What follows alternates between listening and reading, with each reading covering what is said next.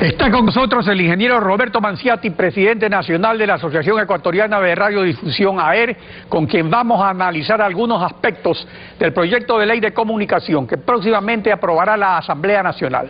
Buenos días, bienvenido a Contacto Directo.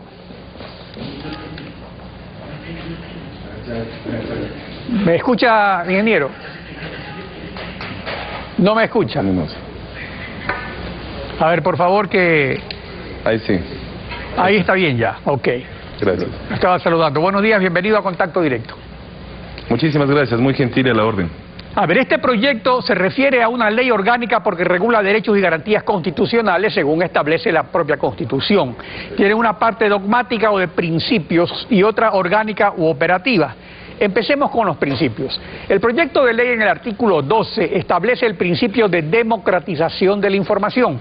En el artículo 31 el derecho a la creación de medios de comunicación y en el 32 el derecho al acceso a frecuencias, consagrando derechos para todas las personas en igualdad de oportunidades, con excepción de grupos financieros y empresariales, según ordena la Constitución. ¿Tiene usted alguna objeción, reparo o comentario a estas disposiciones del proyecto? Yo creo que lo lógico es que exista efectivamente esa democratización en el acceso a frecuencias, sea de radio, de televisión, de sistemas de televisión por cable. Lo importante es que en todos los artículos se vaya concatenando este resultado y que en las transitorias efectivamente se dé ese resultado. No olvidemos que se está planteando la redistribución de frecuencias en porcentajes similares entre frecuencias privadas, públicas y comunitarias. El problema se presentará en un muy corto plazo para las frecuencias de carácter privado específicamente. Ahora, voceros de Alianza País han venido sosteniendo que la comunicación social en el Ecuador está en pocas manos. Pero, ¿cuál es la realidad? O sea, ¿cuántas radios y canales de televisión hay en el país? ¿Cuáles son esas pocas manos? Yo le digo, si es que nos remitimos a una publicación de prensa de estos últimos días, se especifica que en el total de radios existen 1.147 frecuencias y en televisión 547 frecuencias. Las mismas que se debe entender están entre matrices y repetidoras. Este canal de televisión tiene una frecuencia matriz y tiene varias repetidoras, con lo que genera su cobertura nacional. Si es que se habla ahí del número de frecuencias, efectivamente eso es lo que está en el espectro radioeléctrico y esperemos pues que esas frecuencias sean renovadas, obviamente como lo dice la misma ley. Claro, o sea, eso es un asunto de carácter técnico, pero en definitiva, esta afirmación de que está en 4 o pocas familias, pues no es así. O sea, por ejemplo, ¿qué sucede con los miembros de AER, con las radios? O sea, ¿cuántas radios hay en el país? ¿Quiénes son los dueños de esas radios? ¿Dónde están esas radios diseminadas por todo el país? En el caso específico de AER, donde está la radiodifusión ecuatoriana y también algunos canales de televisión socios de AER, estamos hablando de 550 socios del gremio a nivel nacional, es decir, 550 radios matrices a nivel nacional. La gran mayoría de estas radios tienen cobertura local, tienen cobertura regional y muy pocas tienen cobertura nacional, porque efectivamente las radios nacionales son pocas en el país. Pero si es que hablamos de los grandes poderes, bueno, una familia pequeña que tiene su radio en La Tacunga, en Salcedo, en Guamote, es una familia que tiene su medio de comunicación. Como hemos declarado y anunciado todo el tiempo, esa radio pequeña la maneja el papá, la mamá, los 2, 3 hijos, 2, 3 sobrinos ayudan en el desenvolvimiento y crecimiento de ese medio de comunicación. Es decir, ese medio de comunicación representa a una familia. Si es que hablamos de las 700 aproximadamente frecuencias de radio que existen en el país, radio y televisión incluidas, bueno, estamos hablando de que la gran mayoría de medios de comunicación responden a intereses familiares. Habrá familias que tengan mucho más poder adquisitivo o económico en base a esfuerzo, a trabajo, a cobertura, etcétera, y habrá familias que tengan exclusivamente un solo transmisor, es decir, cubran un solo cantón, una sola localidad, pero también es familia. Los medios de comunicación, en su gran mayoría en el Ecuador, si analizamos fríamente y con los pies en la tierra, son empresas familiares y la gran mayoría, en la actual situación económica, son microempresas familiares. O sea, microempresas y de una diversidad de posiciones políticas, son independientes, de derecha, de izquierda, en fin, o sea, no es que existe una agrupación, una sociedad con los mismos objetivos y propósitos, sino que está más bien entre ellos hay competencia, justamente por lo que se trata de un negocio, ¿no? Efectivamente, en el caso de la radiodifusión, de la televisión, etcétera, existe en lo que tiene que ver a gremios, los gremios no tienen abanderamiento político, los gremios no son banderas políticas, los gremios representan a los concesionarios, en este caso, representan sus intereses y por eso hemos estado debatiendo el proyecto de ley de comunicación, pero los gremios no tienen afinidad política, que cada medio de comunicación tenga su criterio, su afinidad, su inclinación política, derecha, izquierda, qué sé yo, eso es respetable y cada medio lo maneja. Claro, eso es la libertad de conciencia. Bueno, ahora vamos a la parte operativa de la ley que, como usted anticipaba, es lo importante.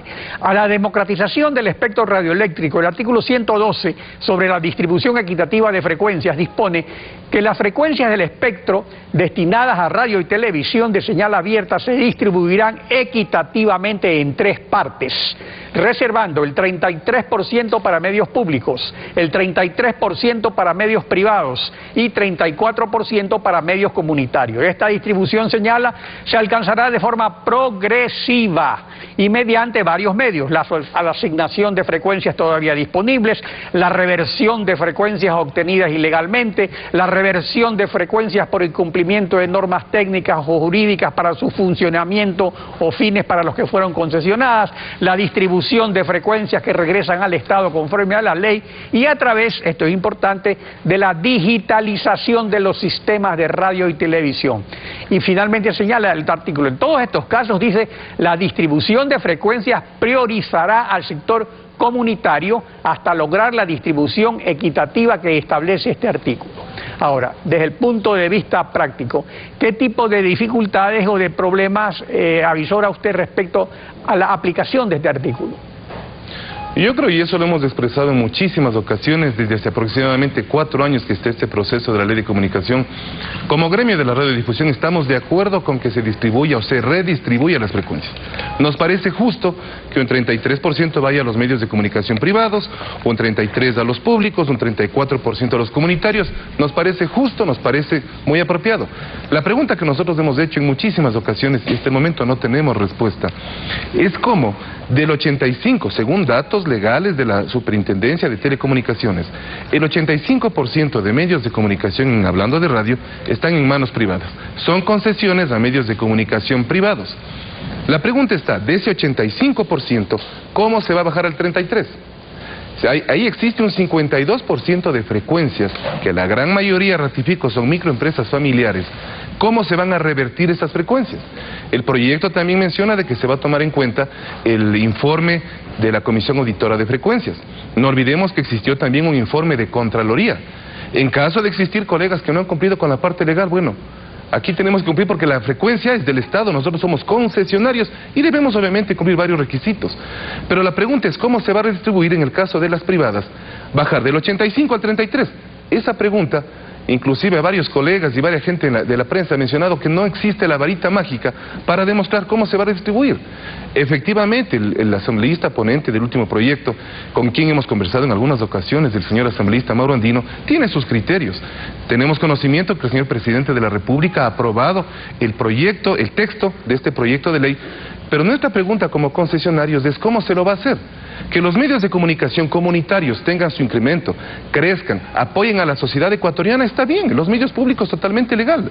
Además de eso, no olvidemos de mencionar de que los medios comunitarios del día de mañana, aprobado este proyecto de ley, podrán ingresar en el mercado de publicidad privado. Con lo que el reducido mercado que tiene la radiodifusión y la televisión de provincia y de cantones, obviamente se verá mermado. Es decir, vienen varios temas que nos preocupan en las próximas semanas, en los próximos meses. No dejemos de lado lo que se nos vendrá en la ley de telecomunicaciones. Son temas que a los medios de comunicación y concesionarios específicamente nos preocupa sobremanera. Claro, y diría yo hasta en los próximos años, porque esto, como la propia ley lo avisora, dice que se irá haciendo paulatinamente, no sabemos cuánto tiempo dure. Pero ahora es importante, continuando en el análisis de los comunitarios, recordemos que el proyecto de ley en su artículo 91 define a los medios comunitarios. Esto es importante, dice que son aquellos cuya propiedad, administración y dirección corresponden a comunas, comunidades, pueblos, nacionalidades, colectivos u organizaciones sin fines de lucro, no tienen fines de lucro y su rentabilidad es social. Entonces, desde el punto de vista teórico, correcto, como lo hemos dicho, pero reconocer estos derechos, pero desde el punto de vista práctico, estas comunidades y organizaciones carecerían o carecen de recursos para acceder al 34% de frecuencia realmente. Ese es otro problema. Entonces, ¿cuál sería la única manera? Con financiamiento directo del gobierno. Hay el riesgo entonces de que la mayoría de este 34% comunitario pase a ser controlado por el gobierno a través de subsidios, a través de préstamos. Yo creo que la pregunta que usted plantea, en la misma pregunta está la respuesta y está la preocupación e inquietud de todos, no solamente de los medios de comunicación, sino de la población en general. Si es que el día de mañana me van a financiar para yo poder poner mi medio comunitario, que no se restringe exclusivamente a comunidades indígenas, sino a agrupaciones sociales, etcétera, que podrían tener sus medios de comunicación con frecuencia comunitaria.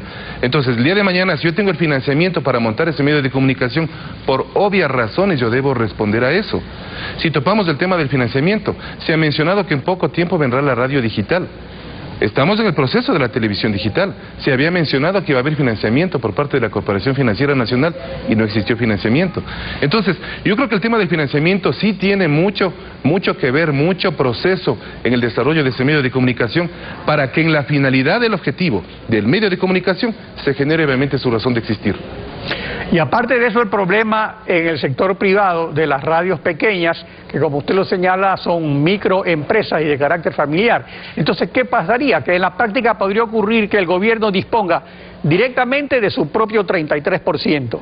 E indirectamente de parte importante del 33% privado que se financia con publicidad gubernamental, que ahora es, digamos, abundante, dada la situación económica del país, y también de buena parte del 34% comunitario subsidiado por el gobierno. ¿Es correcta esta conclusión? ¿Se podría llegar a eso de manera paulatina, que realmente los famosos 3 sectores de la democratización se reduzcan a un gran sector público directo, propio y ramificado indirectamente en los privados y comunitarios? Bueno, en lo que tiene que ver en su aseveración, Alfredo, en lo que tiene que ver al financiamiento de los medios de comunicación privados, efectivamente existe aporte estatal, pero no olvidemos de que este aporte estatal no llega a todos los medios de comunicación del país. Tal vez llegará a los de cobertura nacional y a los de cobertura local y regional de mayor penetración en el mercado, de mayor audiencia en el mercado, pero no llega a todos los medios de comunicación. O sea, refiriéndose a la publicidad, digamos. Específicamente a la publicidad que tiene que ver a los medios de comunicación privados. Por eso es que los medios de comunicación privados hacen todo su esfuerzo para poder sobresalir. Estamos ahora con la imposibilidad de tratar de generar nuevas opciones. ¿Por qué? Porque el mercado se va reduciendo, el mercado privado se está reduciendo, y eso somos conscientes todos los medios.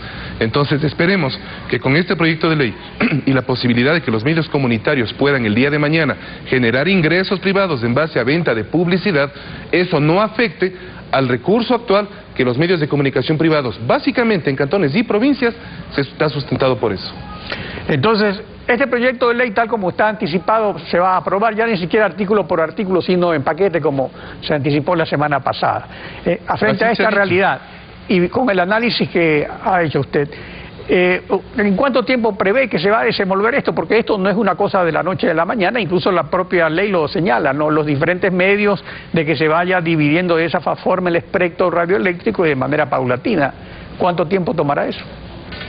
Esperemos que luego de la aprobación del proyecto de ley, suponemos, obviamente, yo no soy abogado, pero suponemos que se generará de manera formal y de manera legislativa un reglamento a este proyecto de ley cuando esté aprobado.